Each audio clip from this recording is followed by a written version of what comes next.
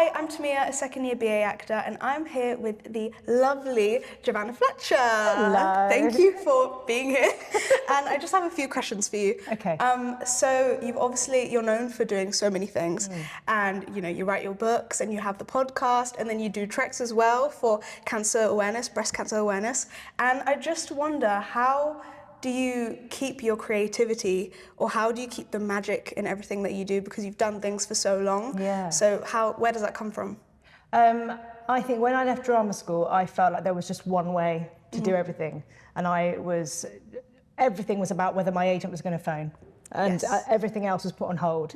I think if we think about holidays, anything like that, I was always like, but what if I get an audition? What if I get a job? Yeah. And you kind of pull yourself back from life, and you pull yourself back from creativity because you're allowing someone else to take the control. You're waiting for someone else to open that door. Yeah. And it took me a few years to realise that actually I've got all these tools and this creativity that I just want to get out. So I actually started blogging first and writing book reviews and stuff like that. Yeah. And off the back of that, I met an agent. And I suddenly discovered, I always thought that, I love reading, but I thought that books were written by people that went to Oxford and Cambridge and studied English. Yeah, not it's me. very easy to think that. Who went to drama school and was a penguin? Where is that? Where is Animal that studies, But I suddenly realised, well, actually, no, because all we do at drama school is we learn how to tell a story. We learn what someone is bringing into the scene with them, how that makes them carry that scene, think about where they're going at the end of it. That's all writing a book is.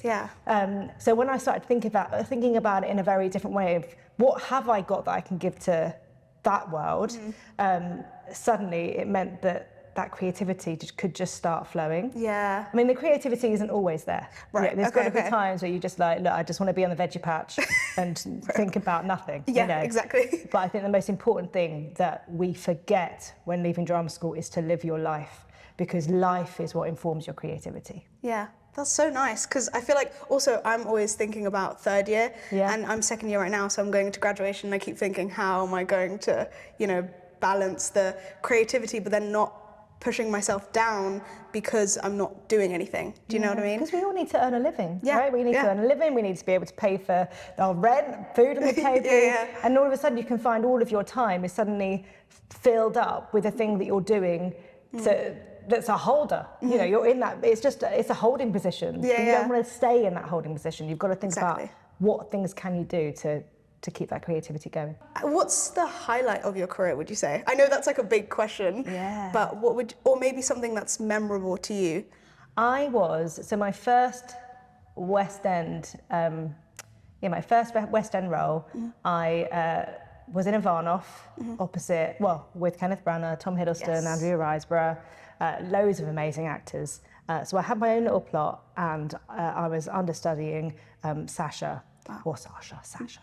And it's one of those things, you never think you're actually going to go on. No.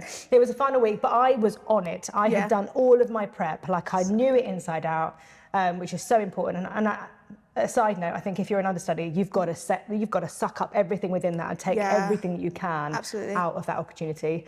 And I loved it anyway. And then in the final week, I can remember I'd done my little bit of track, which was basically handing out celery, random. Oh, nice. And I was in my dressing room doing my little Sudoku, waiting to go on again. And suddenly our company manager knocked on the door, and he was like, Giovanna, where's your Sasha costume? I was like, right there. He was like, great. Suddenly the door opened fully, everyone walked in, wardrobe was there, hair was people were doing my hair, changing it, putting it up, and I just heard, Andrew's not very well, so we're just gonna get you ready. I was like, okay, halfway through a show at this point.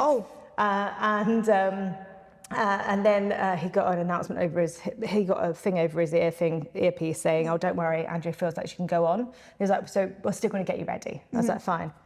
I kid you not, 10 seconds before Sasha is due to hit the stage, there's an announcement over the tannoy for me, literally quite a rushed, I was a Falcone then, Miss Falcone to the stage immediately, Miss Falcone to the stage immediately, ran downstairs, past the back of stage, like past Andrea, who was like literally leaning over, not obviously trying not to faint, hit the side of the stage as my green light popped up to let me know it was my entrance.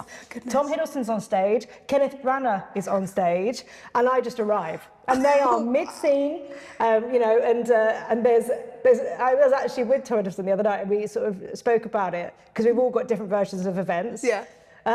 But Ken always said that he watched Tom's eyes getting bigger and bigger and bigger. And that's because Tom said that when I first came on, he just saw Andrea.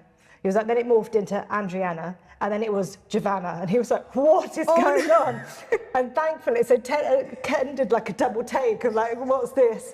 And thankfully, his first line is, Sasha, what are you doing here? So as soon as he said that, it gave us a kind of a moment to go, the audience knew exactly what was happening. It got announced after that scene that I was on in the interval, and then it was quite a whirlwind. And then I got to do it. Actually, it was a week and a half before we closed, so I did the majority of that final week and a half. But obviously, it's such a massive career highlight. Absolutely. To be on that stage with Ken, with Tom, and to kind of go, yeah, I'm doing it. That first feeling of I'm doing it. Yeah, and also you didn't know that that day would be the day that you go on, and then it just happens. Which I think is always good in life if you don't get that warning. Because the next day, I got told at midday that I was going on. For the rest of the run, I was literally told at 7:30 each night, which was quite naughty, that I was going on. But the next day when I was told I was going on by midday, I was a bag of nerves. Because suddenly you're thinking about everything rather than just listening and responding and doing all that stuff. You start overthinking. Yeah, of course. Wow, that's amazing that you were able to pick that up as well, and that the first line establishes who you are. Because otherwise, it's like, what's happening? But you also be with two actors who are so brilliant at their craft. It's an absolute dream. I did have a moment of kind of going, have I peaked? Is this the one? Is this it? Yeah. You would think that. You're like, wait a minute. Yeah, absolutely. How are you finding LIPA? It is so beautiful. It is absolutely incredible. Every single room that we've been into, even the stairs, even the atrium, everything, I'm just like, wow. It just feels like a really good place to be. It feels like it's full of creativity and I just love it. Yeah, it's a nice energy. I feel like everything's positive. Also, the light is always shining in, which is nice. Yeah, which when you're in a city, to get this amount of light and to feel like you're still surrounded by nature, that is, I think that's a very special thing. My last question. Okay. Do you have any advice for graduates that are trying to pursue any creative avenues? Yeah, I would say, we so often are put in the position in this industry, in the creative industry, where we are waiting for other people to give us an opportunity. I think it's really important that we all find creative outlets that feed our soul, and to remember to keep living life.